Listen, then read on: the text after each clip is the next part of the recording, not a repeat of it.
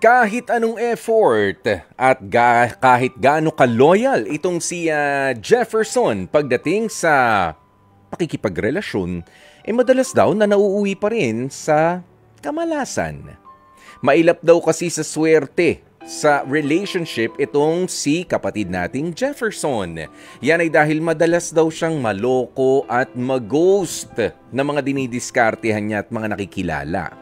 Aminado naman daw siya na may pagkukulang siya pagdating sa mga nakakausap o nakakarelasyon niya. Pero hindi naman daw dapat lokohin siya dahil almost perfect naman daw ang kanyang mga effort dahil nga sa kanyang paghahanap ng relationship.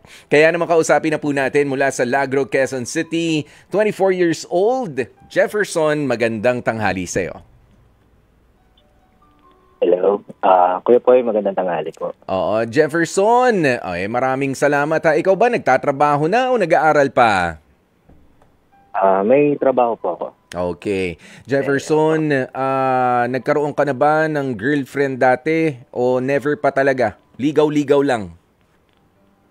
Never pa po, Kuya Poy. More on ligaw lang po, tapos usap-usap lang po. Gandun lang po talaga. Bakit ganun? Bakit? Sa tingin mo? Kasi binanggit mo rin dito, may pagkukulang ka. Pero ano yung pagkukulang mo? Kung alam mo na pala yung pagkukulang mo, bakit hindi mo pa binabago kung sakasakali? Siguro po yung pagiging torpe ko pagdating sa pagkikipag-usap. Minsan kasi nauunahan po ako ng kaba na baka maulit-ulit na i-ghost ako. Lagi po kasi ako nag-ghost yun. So, every time po na nakikipag-usap ako sa mga babae po, lagi po akong iniiwan, tapos di na po sinachat, ganyan. Jefferson, sino ang nakausap mo o meron ka ba mga kaibigan o tiyuhin o kapamilya kaya na nahihingan ng mga payo pagdating sa panliligaw o at least hindi man sa panliligaw agad, sa pakikipagkaibigan muna? Marami naman na po ako narinig na advice sa kanila. Ina-apply ko naman po. Pero kasi ang problema kasi usually mga nakakausap ko po kasi mga high maintenance. High maintenance. Na po talaga sila. Yung po kasi usually yung mga natitipuhan ko. Kaya pag hindi ko po nasasabayan yung mga gusto nila, minsan doon po ako naiiwan. Doon po ako ghost. Jefferson, paano mo nasasabi na yung nililigawan mo o yung nagugustuhan mong babae ay high maintenance? Pag nagpo-post po sa social media, nagpaparinig, gusto ko ng ganito. Tapos nag-story po na nasa nasa mall, nasa-shopping. So, parang feeling ko po, gusto niya po yung talaga, nagpo-provide sa kanya. Meron kang hindi, alam mo, kapag doon ka nagpa-pressure kasi, yan yung sinasabi, di ba? Sinasabi mo agad na high maintenance. Alam mo, ang mga high maintenance talaga, Jefferson, bumibili sila ng sarili nila. Kung gusto nila magkape ng mahal, bibili sila sa kapeng mamahalin. At kapag sila naman may gustong bilhin sa mall, walang panahon yun para mag-video pa o mag-picture pa. O para, para may bilhin talaga. Baka naman ikaw, nakikita mo lang na nag-video sa mall. Kala mo, nagsha-shopping na. Ako nga, pumupunta ako sa mall. Nagpapagupit lang ako pero pinipigilan ko rin yung sarili ko na mag-shopping. Yung iba ko rin kaibigan, ganun. Nag-grocery nga lang yung iba kung ano lang yung mga kailangan sa bahay 'di ba? Pero not necessarily high maintenance ang tawag sa mga ganon. Baka naman yan lang yung inaakala mo. Tama kaya yon, Jefferson? Siguro po, baka nag-a-assume lang po ako sa pagiging ganon nila. Yun lang po kasi yung naiisip ko kasi sa totoo lang ko kung sa pagiging loyal lang po. Po talaga, 10 out of 10 po talaga. Yung pagiging loyal ko kasi. Yes, Alam pero ko naman sa sarili ko na po yun. Alam mo, gusto ko yun, ano, yung pagiging loyal mo. O yung pagiging loyal mo na talagang nire-rate mo pa yung sarili mo na 10 out of 10 po talaga. Pero you don't have to over-analyze din kasi yung mga, yung mga nakikita mo nga sa social media na mga nagugustuhan mong babae. Katulad niyan, nagkakaroon ka ng understanding, akala mo, ay gusto niya, nagpaparinig. Hindi nagpaparinig ang mga high maintenance. Kaya-kayang bumili ng high maintenance. Gusto ko nito. Tapos mamaya, siguro may post na ulit. Ay, nakabili na rin sa wakas. O yun, malamang high maintenance yan. But ang social media kasi natin, nagpapakita yan ng ibang persona natin. 'Di ba? Sa mga social media natin, ako natatawa na lang talaga doon sa iba, na hindi nagpapapicture sa sarili nilang mga bahay. Alam mo kung bakit? Jefferson? Bakit po? Kasi yung sarili nilang bahay ay hindi ganun mukhang sosyal. Yung sofa nila ay hindi ganun mukhang maayos. Ganyan. Pero nakikita mo sila naka-picture nasa mall, nasa coffee shop, nasa ganitong lugar. Yung ganyan, nagbibigay sila ng panibagong persona para lang umalis doon sa realidad na nandito talaga masikip papunta sa bahay namin kahit nga yung motorsiklo hindi makadaan doon sa eskinita papasok sa bahay namin. 'Di ba may mga ganyan kasi tayo na picture kasi maganda rito sa lugar na to. Yan yung nakikita natin sa social media but not necessarily yan yung totoong pangyayari. Okay?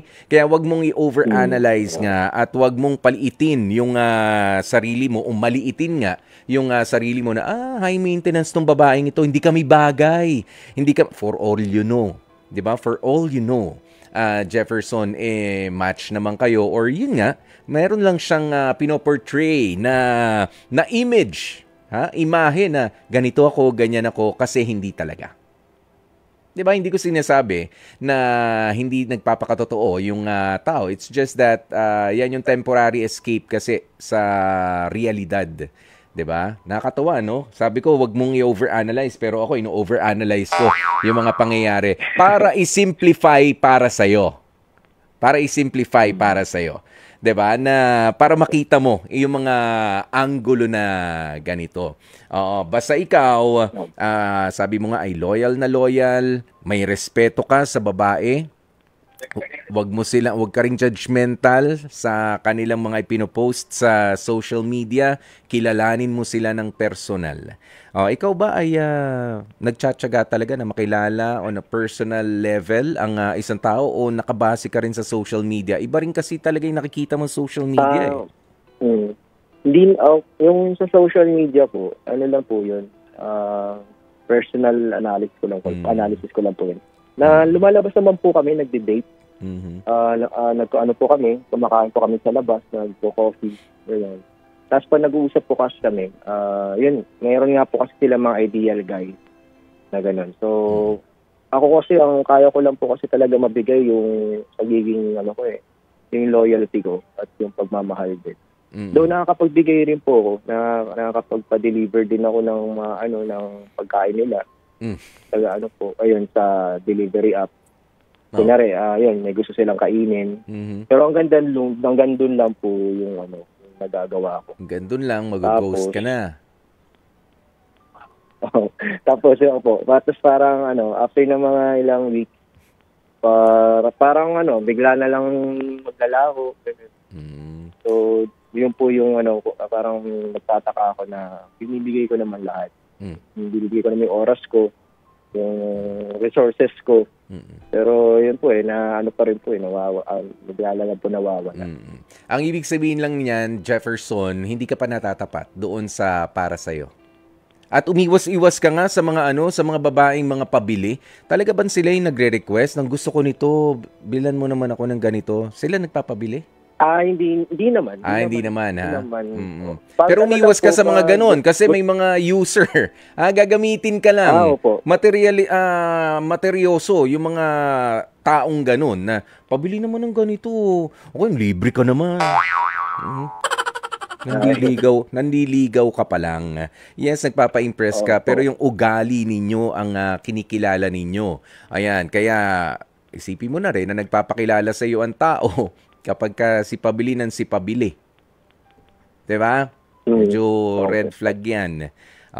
Magastos ka relasyon yan. Yan yung mga nagpapaka-high maintenance kasi walang pambili ng sarili.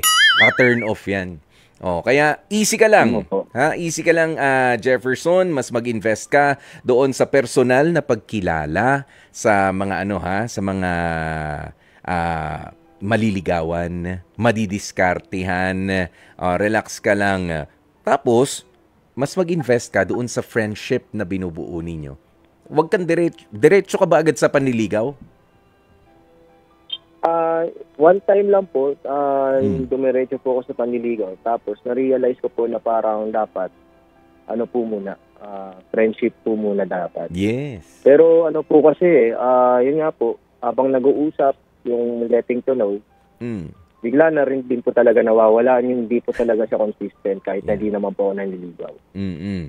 Kaya medyo nahihirapan din po talaga ako. But it's okay. Alam mo, meron nga, sabi nga niya, Jennifer Losaria Fernando, humanap ka ng girl na ka-level mo, Jefferson. Sabi mo, mga high maintenance, kadalasan, attracted ka sa mga taong ganun. Jefferson, alam mo, sasabihin ko sa'yo, humanap ka nga nung kalibel mo. Hindi yung kasimbaba nila, yung kasintaas mo. Yung kaya rin na magbigay ng loyalty, ng respeto sa pakikipagkaibigan ng kapwa-tao. Alisin mo yung mga iwasan mo yung mga taong ganon, yung mga materyoso, yung mga ma-post ng mga OA, social media, social. Sige, nasan picture ng bahay nyo? Wali? Nako. Baka kinakahiya yung bahay. 'Di ba? May mga ganun kasi. Well, in reality, yun yung masakit. 'Di ba? Yun yung masakit. Ginagawa nilang escape yung social media if only to impress yung mga nakikita. If only to impress tayong mga nakakakita sa kanila. 'Di ba? Yun, sabi ko nga, sabi nung isa nating kapatid, maghanap ka ng kalibel mo. Huwag yung mga mabababa. Ang baba kasi nung standards mo. Itaas mo, Jefferson. Masyado po kasing maganda ko yun po. Nabibighani po sa kagandahan. Walang masama doon. Walang masama doon sa itsura. Pero alam mo, yung pakikipagkapwa-tao, yun ang mahalaga sa pakikipagkaibigan at eventually sa pakikipagligawan. Yung pakikipagkapwa-tao. Yung itsura, kukupas yan. Yung yaman, nababawasan yan, nauubos yan, nadadagdagan din naman yan kung medyo kulang tayo. 'Di ba? Lahat yan mapagtatrabahuhan. Pero yung pakikipagkapwa-tao, yan yung natural. Kahit natutulog ka, ang bait mong tignan. Kahit nagising ka, mabait ka talagang tao. 'Di ba? Yan yung hindi mapapalitan basta-basta. Yung kagandahan ng ugali. Ha? Opo, tama po. Iyon ang hanapin mo, Jefferson. Maraming salamat kahit na medyo sablay pa sa mga diskarte ngayon. Huwag ka naman mawawala ng pag-asa, ha, Jefferson. Kaya naman bibigyan kita ng pagkakataon na magbigay ng mensahe para sa iyong future girlfriend. Jefferson, sige nga, kausapin mo si future girlfriend ng isang mabilisan dito sa ating programang H2H Heart to Heart. Para sa future girlfriend ko or jowa, ito lang masasabi ko. Hindi ko man mabigay lahat. Hindi man ako katulad ng ibang lalaki. Pero masasabi ko is, nandito yung pagiging totoo ko na loyal and yung kaya mag-provide at yung pagmamahal na talaga na kaya kong ibigay. So, I hope na magkita tayo sa future. Don't worry, nahanda ko naman yung sarili ko. Kaya ko naman ibigay lahat. Maghihintay ako para sa'yo. So, yun lang po. Especially for you. Mga kapatid, dito tayo sa totoo. Dito na tayo sa True FM. Mag-subscribe at mag-follow na sa social media accounts at True Network PH sa FB, Instagram, X na dating Twitter, YouTube, TikTok, and podcasts.